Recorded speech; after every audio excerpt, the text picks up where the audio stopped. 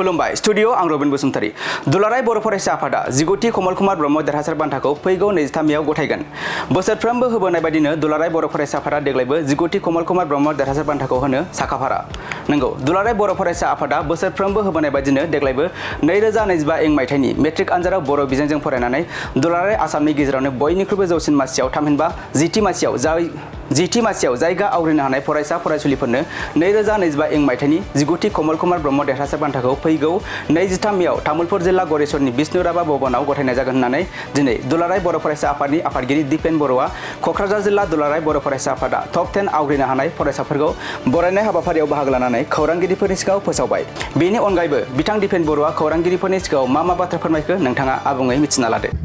फैगौ 23 मेयाव गरेस्वरनि बिष्णु राभा भवनाव प्राय बेयाव 1000 स्टुडेन्टआ बाहागो लागोन आरो गोबां गेदेमा आलासि बिथांमोनखौ जों हांख्रायदों।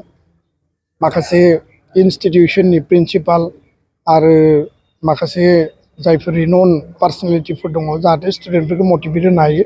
जोङो टप 10 कमल कुमार ब्रह्म देरहासार बान्था मोनगिरि बे फरायसा फरायसुलि बिथांमोनखौ जोङो 23 मे 11टा बाजियाव जों गरेस्वराव बरायनायनि हाबाफारिखौ लादों। बयखौबो जों हांख्रायदों। गोजोन्थों। मोनसे गोजोनथाव खौरां। क'क्राझार सहरनि जेआइडि रडजों नांजाबनाय सुदेमपुरि गांजेमा बाजाराव थानाय आइ आफा मेड लाइफ बिएम हस्पिटालाव बेराम सोखानो हानायनि गोबां खाबुफोर दं। जेरै नोंथाङा आइ आफा मेड लाइफ बिएम हस्पिटालाव गासै समावनो इमारजेन्सि डक्टर्सफोरखौ एभेलेबल मोननो हागोन।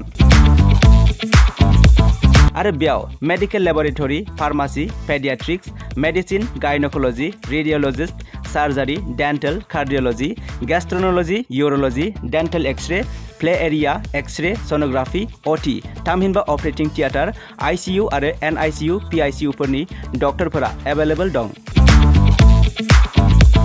लोगोसे normal delivery, C sections, gall bladder stone, kidney stone, appendix आरो हार्नियाफोर बेराम जानायफोरखौ अपारेशन खालामनायनिबो सुबिदा दं। आइ आफा मेड लाइफ बिएम हस्पिटालाव सप्ताफ्रोमबो फार्मासिजों लोगोसे लेबरेटरि आरो सप्ताफ्रोमबो इमारजेन्सि सार्भिसजों लोगोसे 24 घन्टा जेब्लायबो खुलायै थागोन आरो बेयाव लांलाय लाबोलाय खालामनो थाखाय एम्बुलेन्सनि सार्भिसबो थागोन। बेनिखायनो ओनसोलनि सुबुंफोरा बेराम आजारफोरजों भुगिनानै दंब्ला क'क्राझार सहरनि आइ आफा मेड लाइफ बिएम हस्पिटालाव फाहामथाय लाफैनो हागोन। लोगोसे नोंथाङा 9101655430 एबा 8822688026 बे जानबुं नम्बरनि गेजेरजों थोंजों कल खालामना आबुङै खौरां लाहरनो हागोन।